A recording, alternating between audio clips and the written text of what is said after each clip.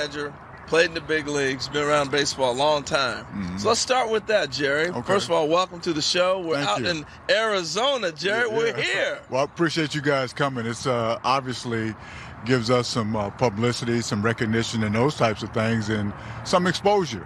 And sometimes that's a good thing. Sometimes that could be dangerous. So we got to be ready for you. Well, you've been doing this a long time with developing these black kids and bringing them forward. So I know when you say it's great to have you guys out here, you mean that, but it's a sign also that the programs are moving and things are happening. Yeah. So take us back kind of to the genesis of you getting involved here at Major League Baseball with this pipeline, with the Dream Series and everything else, well, it started, and where you see it now. Yeah, it started for me with Frank Robinson and Wendy Lewis of the Diversity Committee.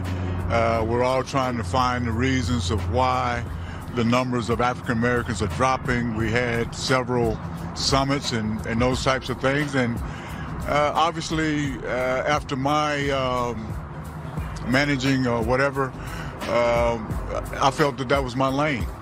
This is my lane. And we started from there, and we made these types of strides. We're not done yet. We're still looking for excellence as we continue to grow.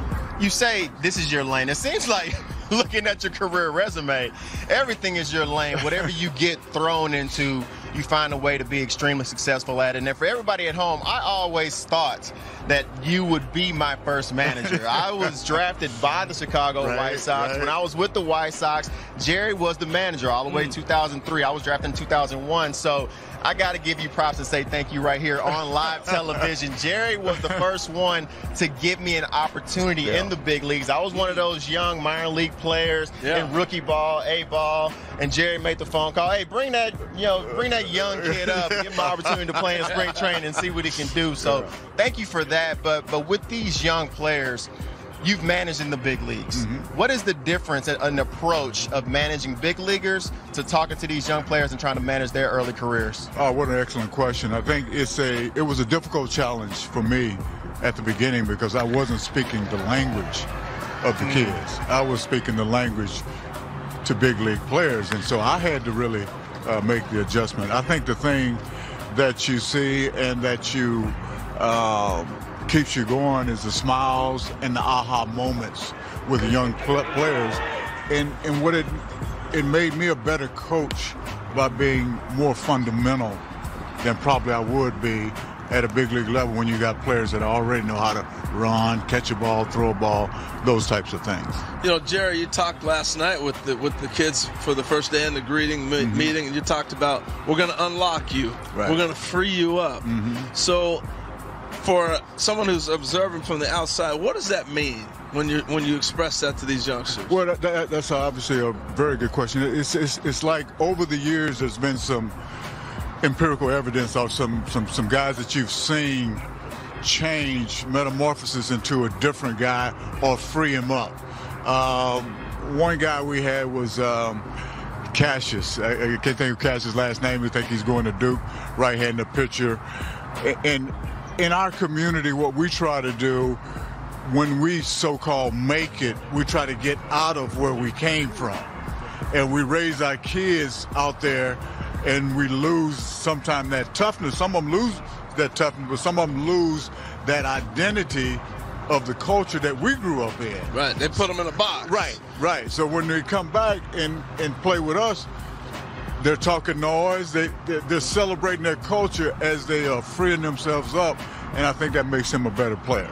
Well, Jerry, I want to ask you what it is about, and tell us a little bit about your coaching staff, the guys that you have out here with you, and how receptive the young players are. Because a lot of times when I talk to young players, you feel like, man, it's a different game. They can't relate. You can't communicate the same way. But how are y'all able to break through that barrier and be able to speak in their language and make sure they're understanding what you're trying to teach them? Well, when you got guys like Marquise Grissom, Mike Socia, Luke Collier, have kids that make it to the big leagues, then they know the language of the young men that we're targeting, and they speak it very well. I mean, Marquise's program is probably quietly the most prominent program for black players in the country. There's no question. I remember him calling me, telling me I'm giving it up.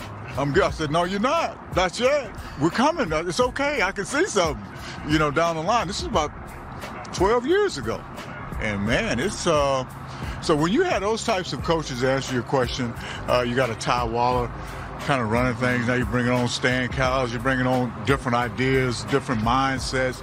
Dale Matthews heading and stuff. So it's the thing is, we just want to set a good foundation for the next group of young men to come in and coach or manage in the big leagues, ex-managers or what have you. And the foundation is something, people step on, they spit on, they do everything too, but we got to build this foundation. We got to get it right. It's working, Jerry. We appreciate you because you could have continued on that major league track, going back coaching, being a manager, bench coach. But you took your time to invest in these young men. So we appreciate that. Yeah. The week is going to be amazing this whole weekend. Get a chance to be around and see you. Yeah. So we thank you for that. Hey, we're not going anywhere, though. We're going to stay right watching your videos, didn't you? Oh, yeah. It was really cool. Oh, man, they got so many highlight videos on their iPads. The kids got it going on today. Starting off, really thinking about that, what has social media and all that done for your publicity? I'll start with you first over there, Zion. Yeah, I feel like it's a big part of the game now. To me, I remember freshman year, my brother was like, you got to get on there, got to get your name out there. So I think it's just a really good marketing tool for yourself. Why not market yourself way more than you already do in the game? So I think it's been a big help to me. It's helped me get my name out there a lot more than it already is. A little bit for both of y'all. I want to ask y'all this collectively because y'all seem like y'all are going through this entire process in the same path. Y'all both play in the Hank Aaron Invitational, both Breakthrough Series guys, All-American game, Dream Series. What are the relationships that are able to be formed when you're seeing the same faces event in and event out? I feel like it's amazing. As far as the guys I meet, these are relationships, that I'll have further down the line. We're grown, crossing paths, pro ball, college, whatever. So it's a great honor to be around these guys. You never know where they're gonna go, big leagues, college, pro ball. So it's amazing. I've known Zion since we were 7 years old, so we've really been on the same path since we were little. Yeah, you can push each other and challenge each other. How much do you communicate outside of events like this? Go ahead, Zion. That's what I was about to say. Building on top of what Dylan said, even besides the connection point, we meet kids that we might have never met if it wasn't for these events. Me and my guy was just talking about the other day that went to Hank Aaron. We met freshman year and we're best friends right now. So yeah, I think that's the other big thing. Just meeting other people like us. That's a great bond to have. The one thing I'm thinking about too, we keep hearing about the numbers of African American kids getting back into baseball and the different things that are barriers. And the first thing I noticed was, Zion, take your hat off, man. I want to see your braids. And a lot of times people are like, oh, you got to cut that off. We've seen that happen in the past. Are we past that now? Are you guys able to freely be yourselves, you feel like? I had an incident that someone had told me to cut it off just to make me appear more cleaner. Isn't it amazing we're dealing with that still, people? It's just, but it's real. That's why I wanted to ask you that question. Yeah. Go ahead, you can continue. Yeah, no, it's still happening for sure. It happened to me maybe a year ago, and then I asked around. I was about to cut it off, and then luckily someone had told me, this is it's part of me. It's my swag, so why would I cut it off? It's who I am. It is who you are, and you should be able to embrace the player that you are. So I want to ask you, coming into this year, how important is the Dream Series? And, I have a nephew at home. He's playing high school baseball as well, and I understand the season will be starting soon. So how important is it to get around these ex-players, get this knowledge in right before you start that big season? It's very important. It's a great tune-up right before high school season. You get to be around, top guys in the country, the best coaches that, previously played pro ball. So, it's great experience. It's great to get your work in for me. So, just taking it all in. So, Dylan, you're a center fielder like Chris.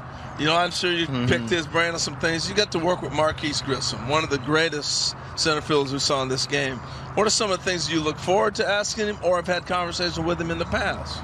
Well, as far as Ford asking him, actually, I talked to him about training with him in the offseason. I see him and Lou, they get after it in the offseason training down in Atlanta. So talking to him about that, and then just, like the defensive tips he's giving me, I take pride in my defense, being a, no-fly zone type of outfielder. So all the things he's, told me as far as, routes to balls, knowing, the surface I'm playing on, stuff like that, just everything he's done to help me be a better defender or center. So Zion, outside of having your hair cut, you're one of the few guys that catches that is African-American. And I watched in the All-Star game last year, you're going to be a top pick.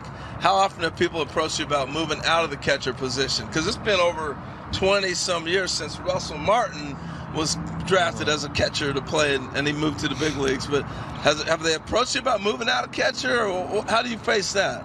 For sure. It's been a lot of times that people have told me that I'd better off You're going too to the athletic. outfield. You Right, move too fast. You run too well. Right. And I understand that. I can see that. But I just think, for me personally, my love for the game is behind the plate. I like just being in the game, the leadership aspect. So I've hit you guys a couple negatives. Let's talk about some positives real quick. Again, lift the spirits back up.